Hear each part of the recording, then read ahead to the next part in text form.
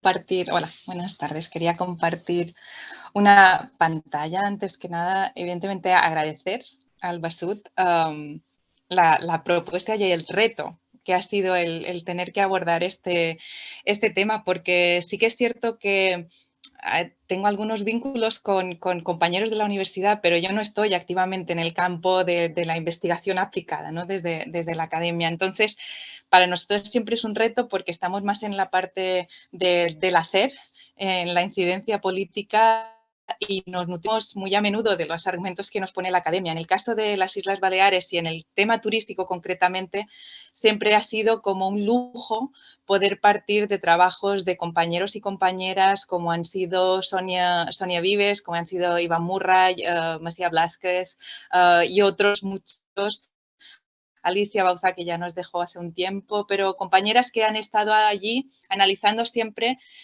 desde el ámbito académico y muy concretamente desde la geografía, cómo, digamos, esta actividad turística modela territorios y sociedades, ¿no?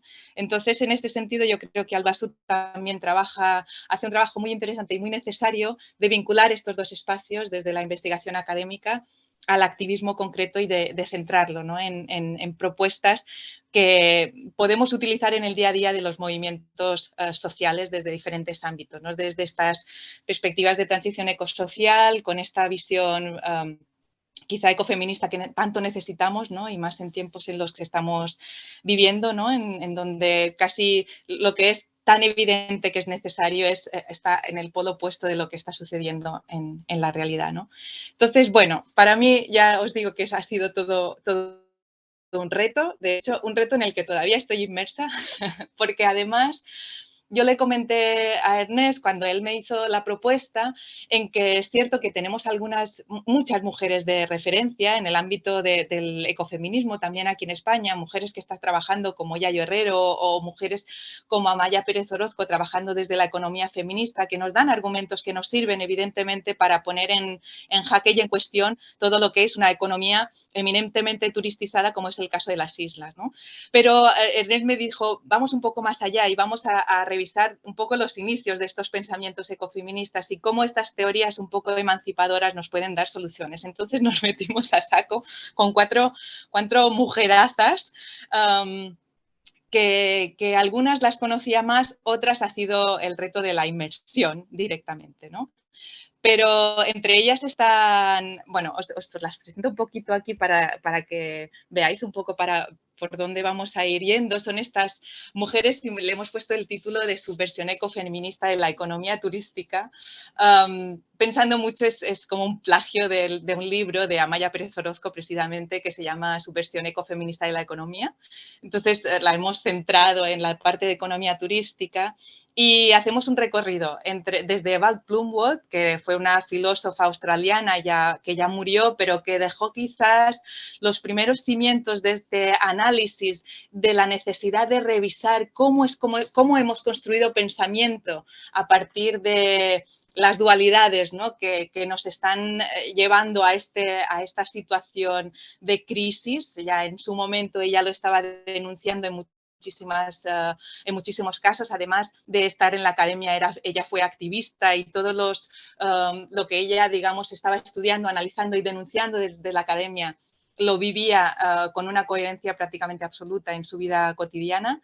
Luego hemos puesto ahora a Lolita Chávez. Para mí fue una gran inspiración conocer a esta mujer. Es una mujer defensora de derechos humanos, concretamente de la lucha desde los pueblos maya contra proyectos extractivistas, y es una mujer con un planteamiento que a mí me fascinó en su momento por claro, por feminista, por anticapitalista, por antipatriarcal y desde una cosmovisión totalmente diferente que nos da mucha luz, aunque sabemos que hay unas distancias infinitas entre su realidad y la nuestra, entre sus violencias y las nuestras, pero quería llevarla aquí también desde este pensamiento. Luego puse a Vandana Shiva porque quizá es la ecofeminista bueno, una de las más reconocidas también, ¿no? Y más conocidas por su trabajo y a nivel internacional contra temas de globalización y demás. Y luego a Donna Haraway, que para mí ha sido el reto mayúsculo, ¿no? Llevar los pensamientos de esta mujer que son tremendamente rompedores de esquemas habituales, ¿no? Sobre todo a partir de su último libro, y que creo que nos puede dar esa necesidad y esperanza de pensar unas utopías, ¿no? A partir de estas simbiosis multiespecies que propone Donna Haraway. Yo he hecho, como solo son 15 minutos y son 4 mujeres infinitas en sus planteamientos, y además, como yo tampoco vengo del ámbito de la filosofía, entonces hay un esfuerzo máximo en intentar leerlas, digerirlas, ver qué conexiones tenían con los puntos de denuncia habituales nuestros de la economía y de los territorios turistizados, y tratar de transmitiros quizá algunos conceptos clave que a mí me parecen tremendamente inspiradores de cada una de ellas, ¿no? Y con esto, con cada una de ellas se pretende hacer, digamos, una abstracción de sus teorías y llevarlas con un titular a nuestra realidad. Y para mí, en el caso de Van Plumwood, se trataría de comprender la lógica del dominio que viene inherente a una explotación turística de un territorio. Hay una frase suya en este espacio como introducción que habla precisamente de estos dualismos jerarquizados, ¿no? Entre naturaleza y cultura, mujer y hombre, que son las bases de cualquier planteamiento ecofeminista. Lo que me fascinó de Val Plumwood fue la deconstrucción de toda la historia, de la construcción del pensamiento y de la historia de la filosofía occidental. Y ella habla, digamos, de una crítica a la razón, ¿no? Y habla precisamente de un poco cómo se ha ido construyendo este pensamiento ahora ya hegemónico de un yo masculino dominador, separado de su propio cuerpo, de las tareas de cuidados, de las mujeres y de los demás seres vivos y de la tierra que lo sustenta, ¿no? Son los dos conceptos tan claves del ecofeminismo como son la ecodependencia y la interdependencia, que han sido totalmente ignorados, ¿no? Y dice, ella lo ve como una visión totalmente irreal de la identidad humana que ha servido para legitimar el dominio y ha conducido a la civilización destructiva actual. Entonces ella habla de conceptos que a mí me parecen muy inspiradores a la hora de entender también cómo se construyen estas sociedades turistizadas, que son sociedades al servicio de, ¿no? Unos determinados intereses, unos determinados generación de beneficios y acumulación de riqueza, con un dominio sobre el territorio, sobre los recursos y las personas que viven en él, ¿no?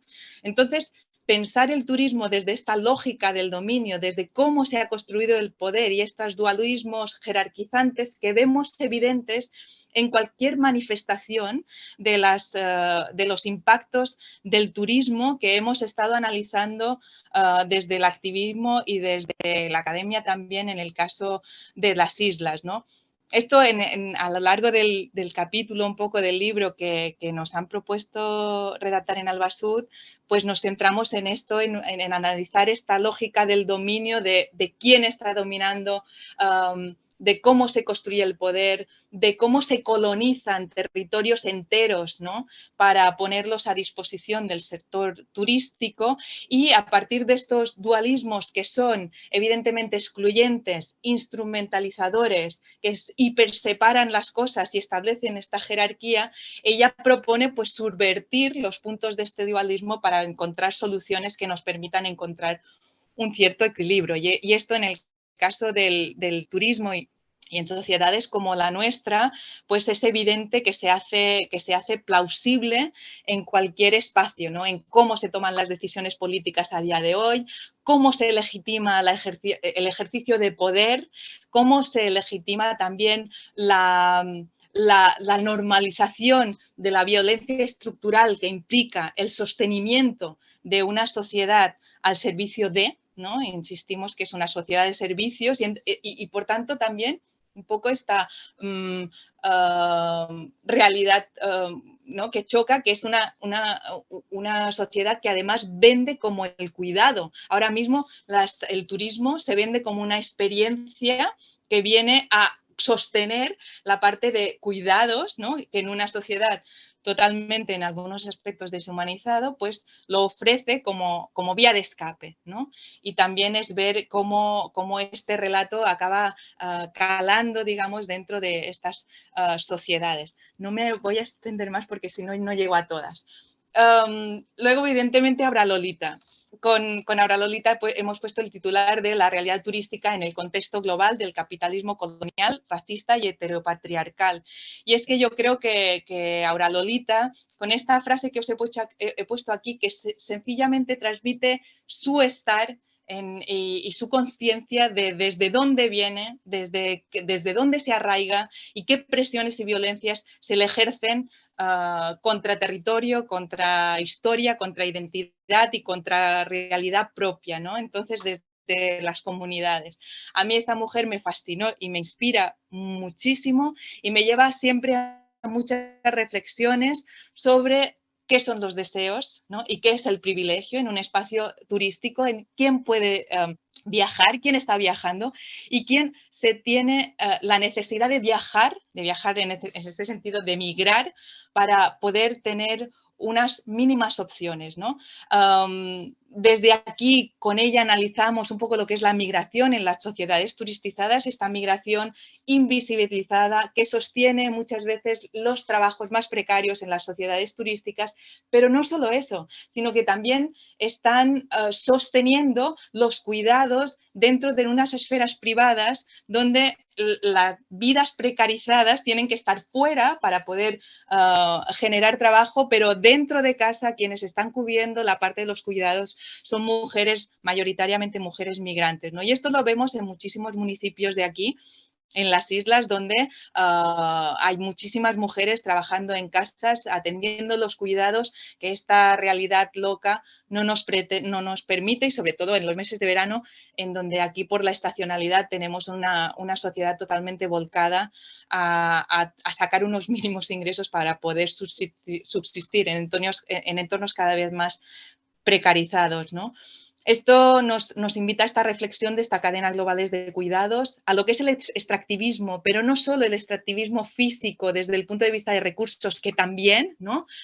Cómo sostenemos estas economías capitalistas hiperbasadas en la movilidad infinita de unos bienes y materiales y energía que cada vez está más en cuestión y más en precario y además con unos impactos muy bestias, ¿no? Y también está el concepto de Exportando Paraísos, que es un libro de Joan Boades, el título de un libro, pero es lo que se vende también. Nuestros propios empresarios turísticos han estado colonizando también otras realidades, sacando comunidades fuera, desplazándolas y, por tanto, generando situaciones verdaderamente violentas. Ellas nos ofrecen su visión desde feminismos comunitarios, decoloniales, que se definen antirracistas, anticapitalistas y antipatriarcales por definición, y nos ofrecen sobre todo la emancipación de poder ver desde realidades fuera del capitalismo, aunque atravesadas por los impactos del capitalismo, desde otras cosmovisiones y formas de organización social colectiva donde pueden estar las soluciones o las inspiraciones como mínimo para trascender nuestra propia realidad tan inmersa y tan dependiente de esta economía turística capital. Luego está Vandana Shiva, a mí me gusta todo el tema relativo a las semillas, ¿no? Ella siempre habla de defender la vida ante la devastación, en este caso del monocultivo intensivo turístico, y nos inspiramos en ella para pensar semillas del cambio, ¿no? Ella critica muchísimo el mito del progreso, es una de sus digamos, líneas argumentales en su proceso de investigación y de divulgación. Habla mucho de la capacidad de autonomía y autogestión de las comunidades. Aquí la frase que he elegido ha sido la de darnos cuenta que tenemos autonomía, que no somos objetos, que somos seres y que nos podemos autoorganizarnos y como seres autónomos nos conectamos con otros en mutualidad, ¿no? Y habla de esta autonomía, pero esta integración, y habla de la biodiversidad y de la riqueza, ¿no? De los saberes también vinculados a la gestión propia del territorio. Entonces, con ella, evidentemente, nos quedamos con los conceptos de sembrar futuros y sembrar vidas desde los conceptos del ecofeminismo también tan centrados en cómo sostenemos estas vidas nuestras en espacios donde todo se mercantiliza. Aquí el símil es más como simbólico, ¿no? Este monocultivo intensivo turístico que ella ha trabajado tanto, sobre todo desde el punto de vista propio de las semillas como tal, ¿no? Ante procesos de robo, ante procesos de sistematización de semillas, de pérdida de biodiversidad en este sentido. Y esto es fácilmente achacable o fácilmente transmitible a sociedades turistizadas donde hay un monocultivo, una dependencia y, por tanto, una pérdida de control sobre la gestión de nuestras propias vidas y nuestras propias economías y nuestras propias lógicas de organización social. Por tanto, también sus palabras se pueden trasladar fácilmente a lo que es el ámbito turístico para sacar también como la esperanza. Todas tienen este espacio de esperanza, de ganas, de ilusión y de alternativas que son realmente inspiradoras. Y finalmente, y para acabar, para no extenderme mucho más, aunque dan las cuatro dan para muchísimo, a mí me gusta cómo Donna Haraway juega con las palabras para continuar con el problema. De hecho, es el subtítulo de su libro nuevo, del Chuluceno, y ella habla de continuar con el problema de vivir y morir en estos tiempos inciertos, ¿no? Y se revela ante los conceptos más vinculados a antropoceno y capitaloceno como si fuera el apocalipsis mundial, ¿no? Y ella habla mucho de que se prestan demasiado rápidamente al cinismo, al derrotismo y a profecías, digamos, autocumplidas y autocomplacientes incluso, en que estos apaños tecnocráticos, y ella ha trabajado mucho el tema de la tecnología, pero que también lo ve como una falsa esperanza y digamos que el abandono a la desesperación pues nos coinfecta toda imaginación. Y ella habla de necesidad de generar utopías posibles, poniendo conceptos que son imprescindibles para pensarnos en unas sociedades postcapitalistas y, por tanto, que trasciendan este protagonismo, ¿no? esta disfunción en que hemos convertido un territorio cuando lo hemos puesto al servicio de un solo sector económico, ¿no? Y haciéndonos tan dependientes y vulnerables al mismo tiempo. Ella habla de utopías posibles pensadas desde relaciones raras, ¿no? Y habla así, de hecho dedica el libro a todos aquellos que generan relaciones raras. Y habla de esta palabra en inglés que a mí me fascina, que es responsibility, ¿no? Esta juego entre dar respuesta y la habilidad de dar respuesta y de generarnos y de generar y tejer relaciones a partir de las que devenir algo que todavía no existe y me parece fascinante.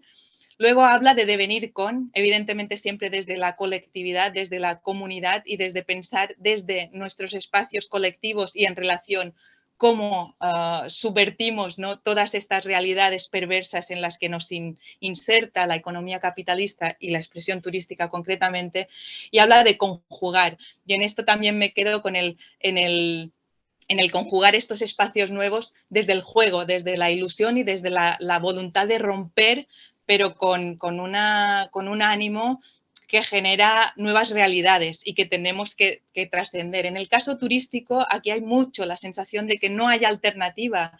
Comentaba ahora comentaba la compañera que decía, bueno, es que en muchos espacios no hay otra opción, es el único trabajo al que tenemos opción, el tema turístico. Yo supongo que desde las comunidades y desde las pequeñas realidades y tejiendo otras realidades concretas desde los pequeños grupos, podemos subvirtiendo de a poco este pensamiento hegemónico que se nos ha metido en vena y del que parece que no podemos escapar, ¿no? Y supongo que todas estas mujerazas pues nos obligan a romper los esquemas habituales para trascenderlas. En este caso yo creo que exportables a cualquier espacio de pensamiento de las necesidades de sociedades evidentemente postcapitalistas y teniendo los cuidados en el centro, que es lo que caracteriza y une el pensamiento de estas cuatro mujeres. Y yo me quedo aquí por ella, ya os digo que daría para mucho más.